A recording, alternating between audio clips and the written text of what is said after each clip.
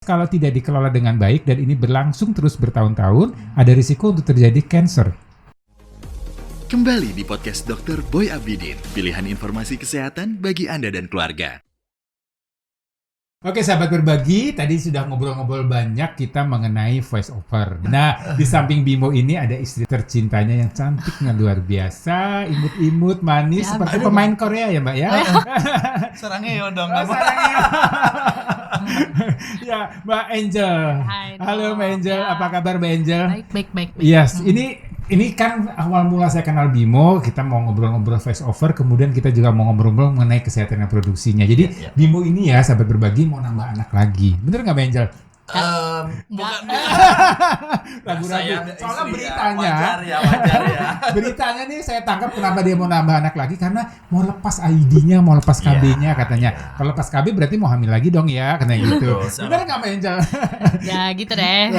Ya kalau Tuhan memberi ya apa boleh buat ya. Oke, kita terima dengan senang hati. Cuman dari komunikasi saya dengan Bimo juga ada cerita-cerita, ada ini ternyata waktu mendapatkan Mirea ya. Kemudian sekarang 1 tahun. 1,5, ini sebentar lagi 2 tahun. Oh, mau 2 minggu lagi lah. Udah mau 2 tahun. Lucu banget ya lihat di Instagram Mirea. Apa Instagramnya Mirea? Mirea Kusuma. Mirea Dia Kusuma. duluan dok yang viral. Oh gitu. Sebelum saya dia duluan viral. Oh Gara-gara gitu. video yang kejepit yang pura-pura.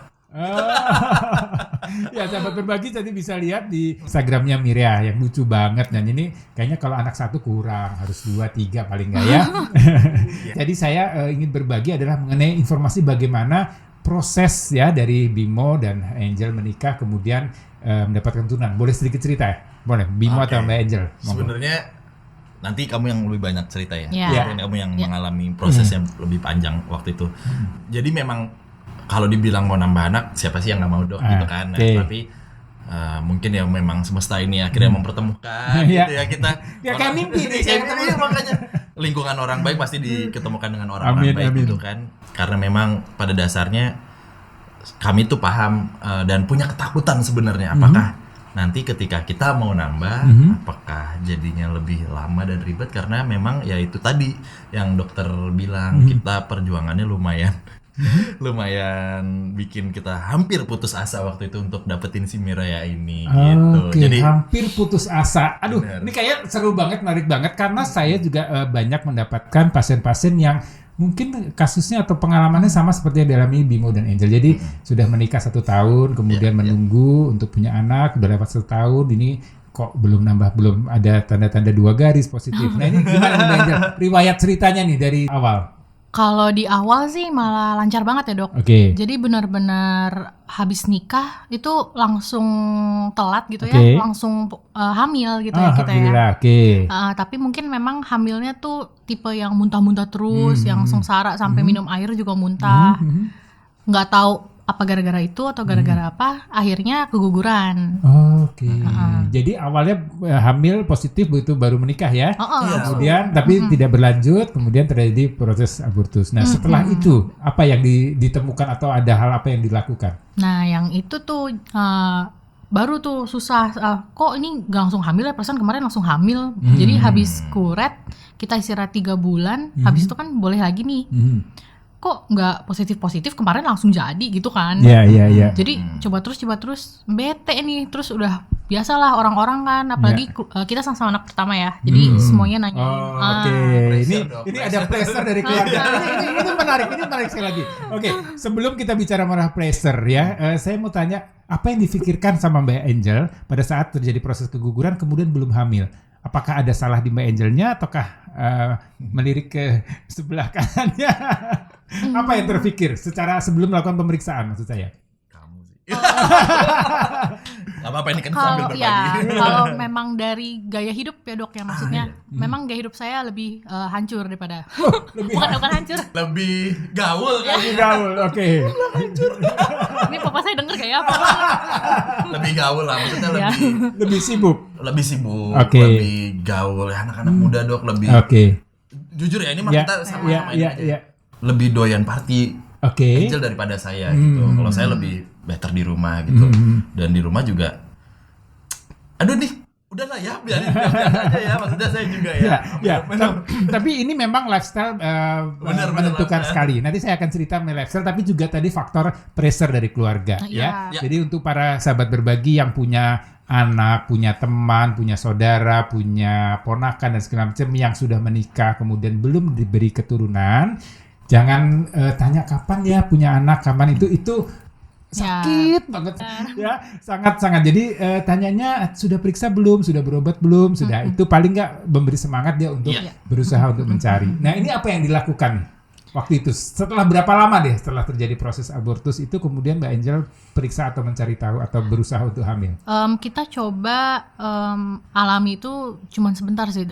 Jadi setelah 3 bulan habis kuret, kita coba tuh 2 bulan, 3 bulan alami. Cuman kan pada dasarnya saya bukan orang yang sabaran gitu. Jadi ya, aduh ini kenapa terus dari keluarga juga kebetulan dari papa juga punya banyak teman dokter. Udah kamu langsung periksa aja, ini ada teman papa. Jadi langsung didorong. Gitu. Ini udah ada teman papa nih. Papa udah cerita kamu semuanya. Udah silakan datang. Ya udah. Kita langsung langsung menuju ke klinik infertilitas tuh.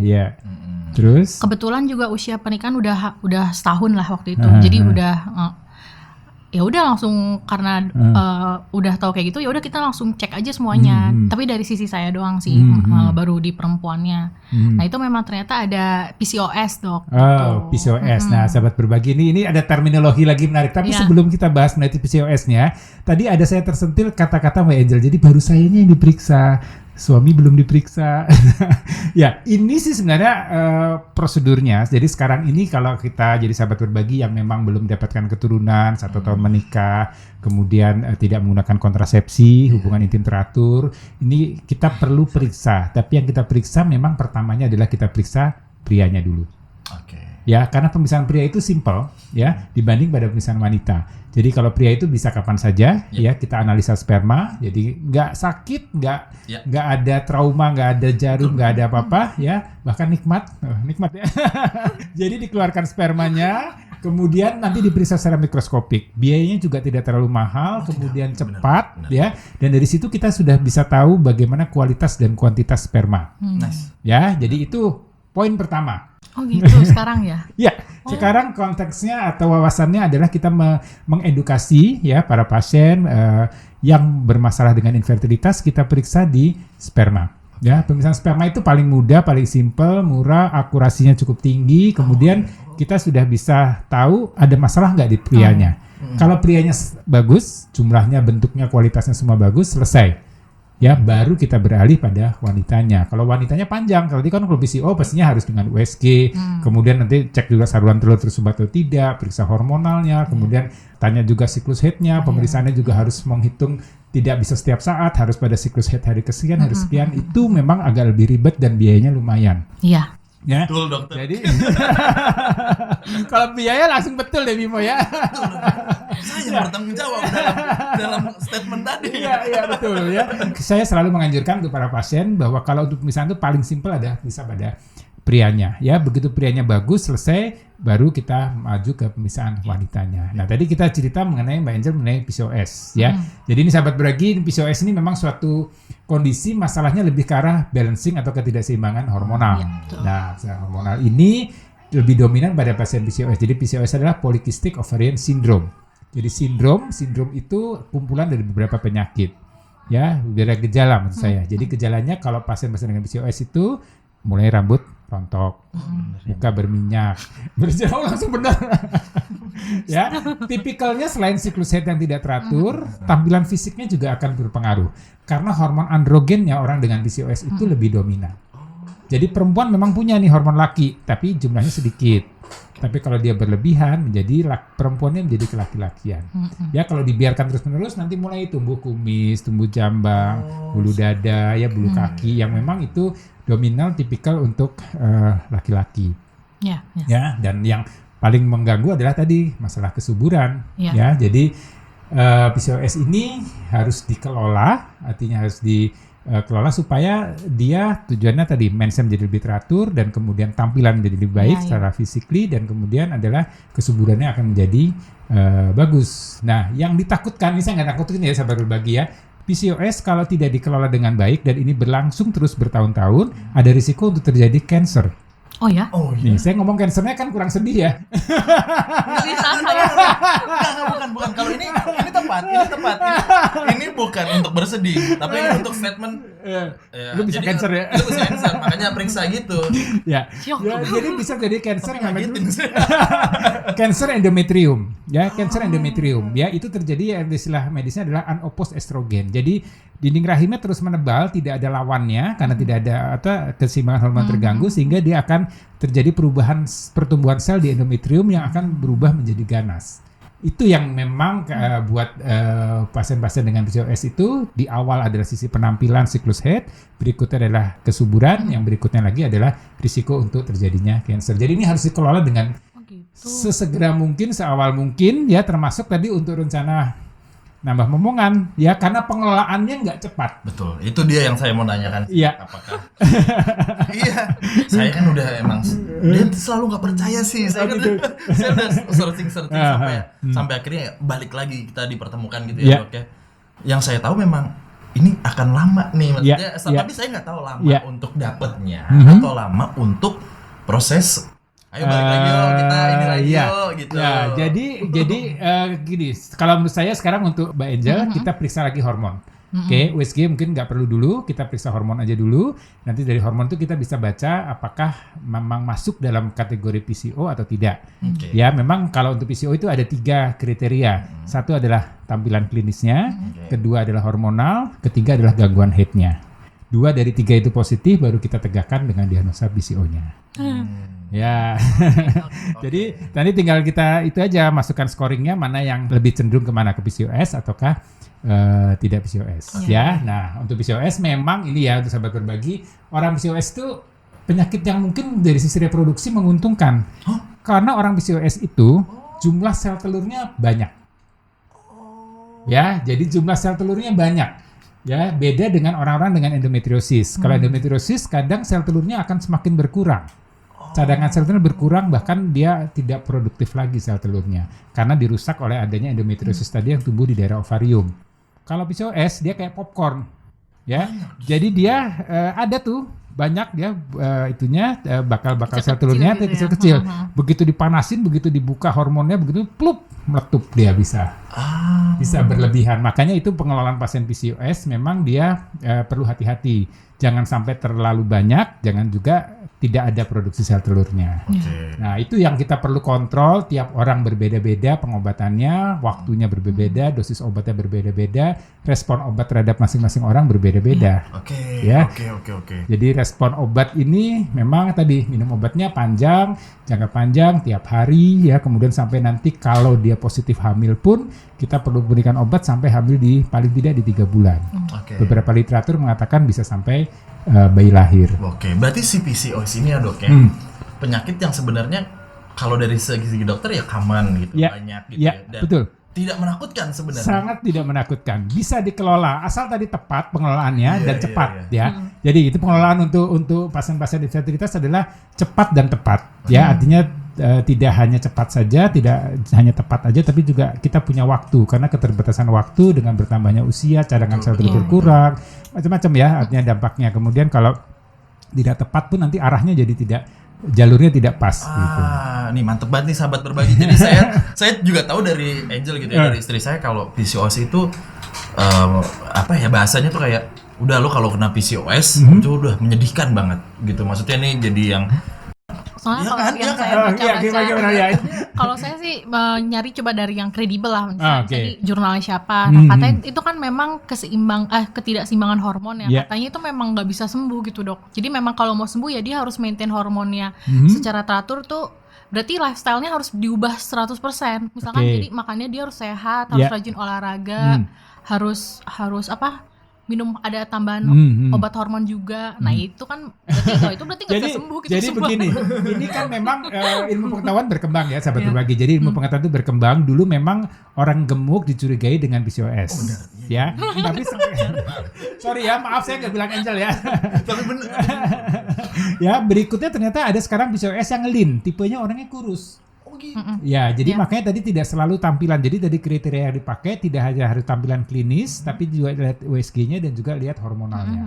Ya, jadi kalau memang dia ada 2 positif, kita bisa tegakkan dia, even dia lean, dia kurus, tampilannya tidak ada gejala ke arah androgenik itu, tapi ternyata yang lainnya mendukung untuk PCOS. Jadi pengelolaannya memang lifestyle, ya setuju kalau kita berpatokan dari sisi tampilan tadi. Ya, jadi sebenarnya kalau PCO-nya memang ada resistensi insulin, kita sebutnya orang dengan gemuk, kemudian body fat index-nya tinggi, kemudian resistensi insulinnya tinggi. Nah itu kita harus turunkan dengan menurunkan berat badan. Yang diturunkan sebenarnya lemak tubuh, bukan berat badan.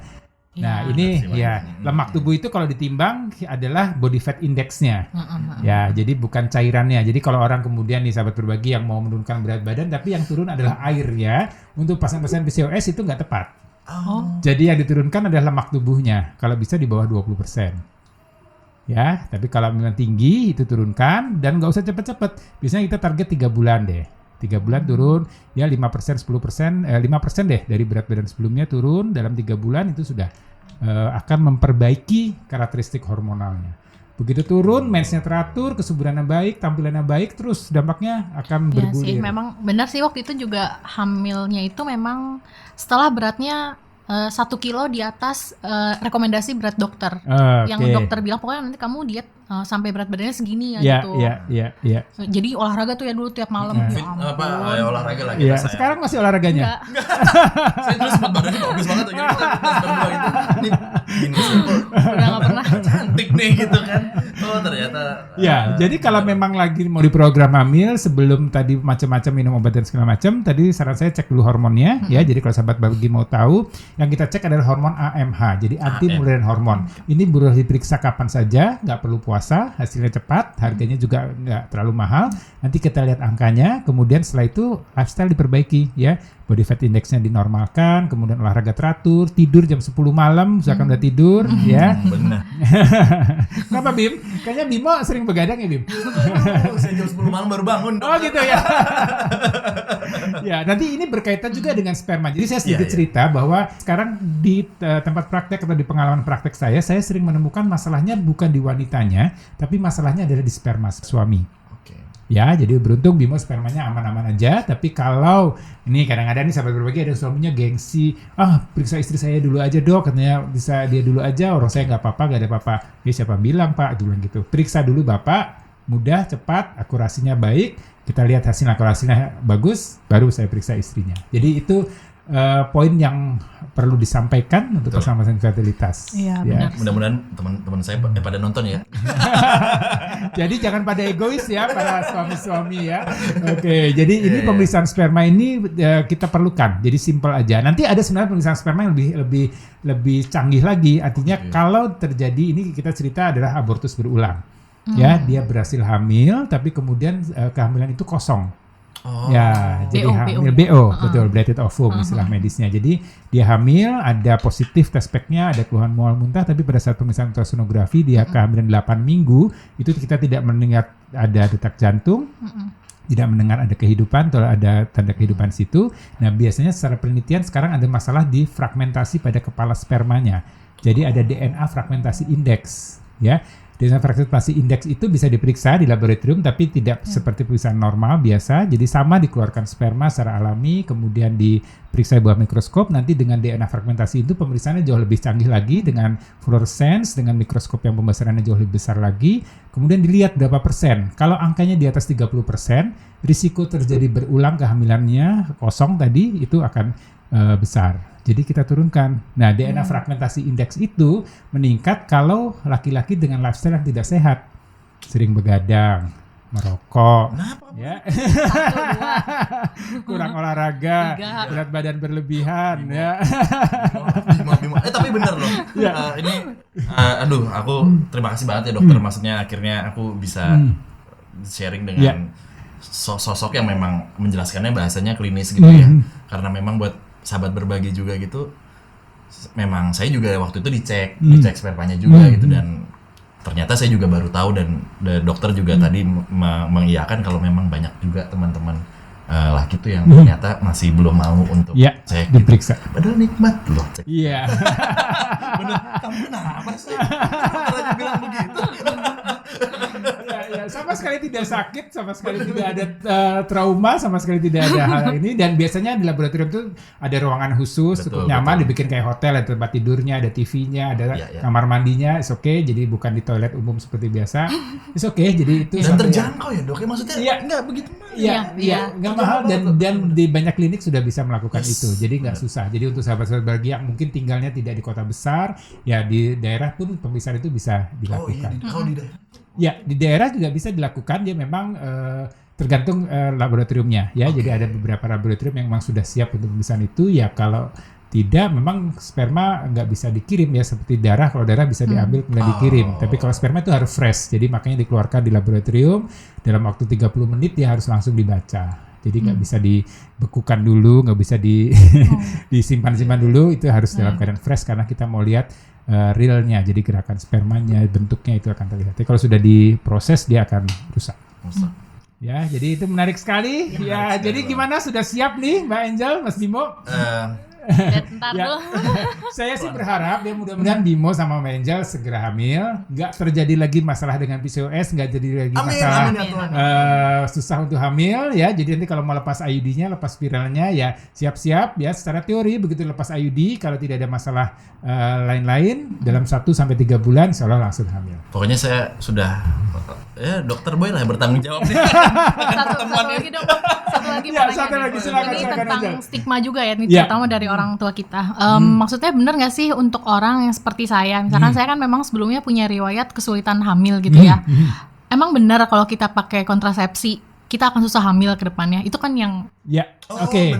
Gitu. Jadi ini adalah memang tidak benar jawabannya ya. Tidak benar. Jadi kontrasepsi itu tujuannya adalah untuk, jadi kontrasepsi itu punya 3 tujuan. Satu adalah menunda, kedua adalah menjarangkan, ketiga adalah mengakhiri kesuburan. Ya, jadi itu pilihan. Jadi kalau orang yang udah kebelet nih, pengen cepet-cepet nikah tapi belum siap hamil, ya udah ada kontrasepsi untuk menunda ya. Jadi artinya dia sudah menikah, aktivitas suami istri normal, teratur, tapi tidak atau belum terjadi kehamilan. Itu ada yang dengan menunda. Kemudian ada yang menjarangkan. Ya, menjarangkan tadi sudah punya anak 1, mau anak berikutnya dia jarangkan, mau 2 tahun, 3 tahun tergantung kebutuhannya seperti apa. Kemudian kalau mengakhiri ya memang dia sudah cukup. Ya kalau mengakhiri artinya dia nggak mau hamil lagi, biasanya kita gunakan kontrasepsi steril atau vasektomi ya. Itu yang sudah permanen. Tapi kalau pilihan tadi konsepnya adalah susah untuk hamil lagi, yang menunda dan menjarangkan itu enggak.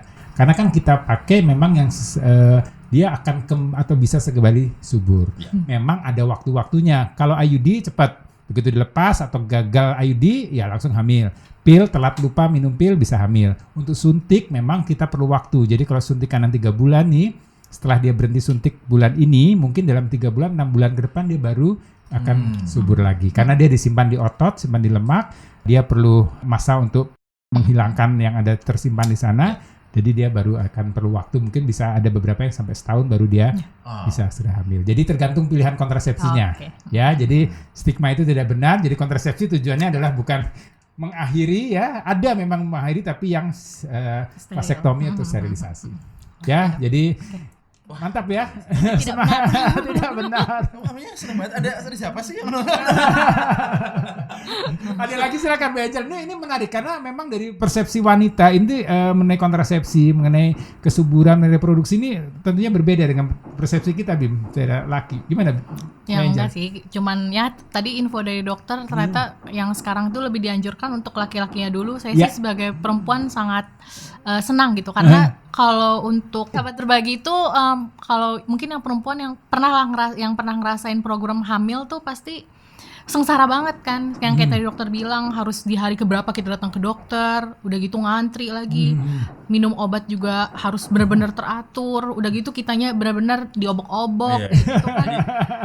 prosesnya panjang banget dan menyakitkan dan melelahkan. Jadi nggak enak begitu diperiksa perempuannya semua ternyata normal, masalahnya balik ke laki-laki. Jadi kayak kita mundur balik, tau gitu diperiksa dari dulu deh yang lakinya. Saya udah sekian lama, sekian banyak biaya dan keluarkan, ternyata balik lagi ke masalah. Jadi itu memang masih harus terus kita informasikan tuh. Karena kalau dari sisi perempuan yang berat adalah karena biasanya kalau ada kesulitan hamil pasti yang dijudge adalah selalu ini salah perempuannya. Laki-laki nggak pernah disalahkan karena nggak pernah tes. Gitu. Itu stigma lama, tapi mudah-mudahan sekarang orang sudah mulai berubah bahwa sekarang memang prianya yang kita perlu lakukan pemeriksaan. Betul. Tapi tadi saya perhatikan ya cara Mbak Angel ngomong sama cara Mas Bimo ngomong kayaknya jodoh banget ya. Kayaknya bagus juga jadi face over talent nih Mbak Angel. Mana Mas Bimo? Diajarin tiap malam face over talent? Udah dia. Jangan dia. Aja dong. Dia udah nggak bayar aja, kasirnya aja kasir gitu. Kasirnya. Iya, kadang Miria juga kelihatannya itunya talented banget itu anak. Itu bocah satu itu emang sudah kelihatan sih kayaknya Dok ya gitu ya? Sekarang emang. Ya ada turunan dari bapaknya, dari ibunya kayaknya. Makanya kayaknya kita perlu komunikasikan ke Mireya dulu nih. Gimana? Mau adek atau enggak? Semua tergantung Mireya nih kayaknya nih. Bukan tergantung kita. Seru banget nih obrolan kita ya.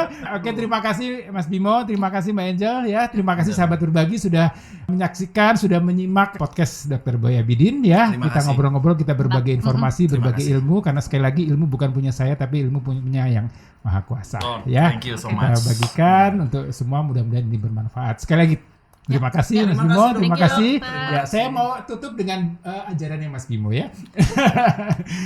Terima kasih sahabat berbagi sudah menyaksikan YouTube Dr. Boy Abidin dan sudah menyimak podcast Dr. Boy Abidin. Pilihan informasi kesehatan bagi Anda dan keluarga. Saya Dr. Boy Abidin, senang bisa berbagi. Nah,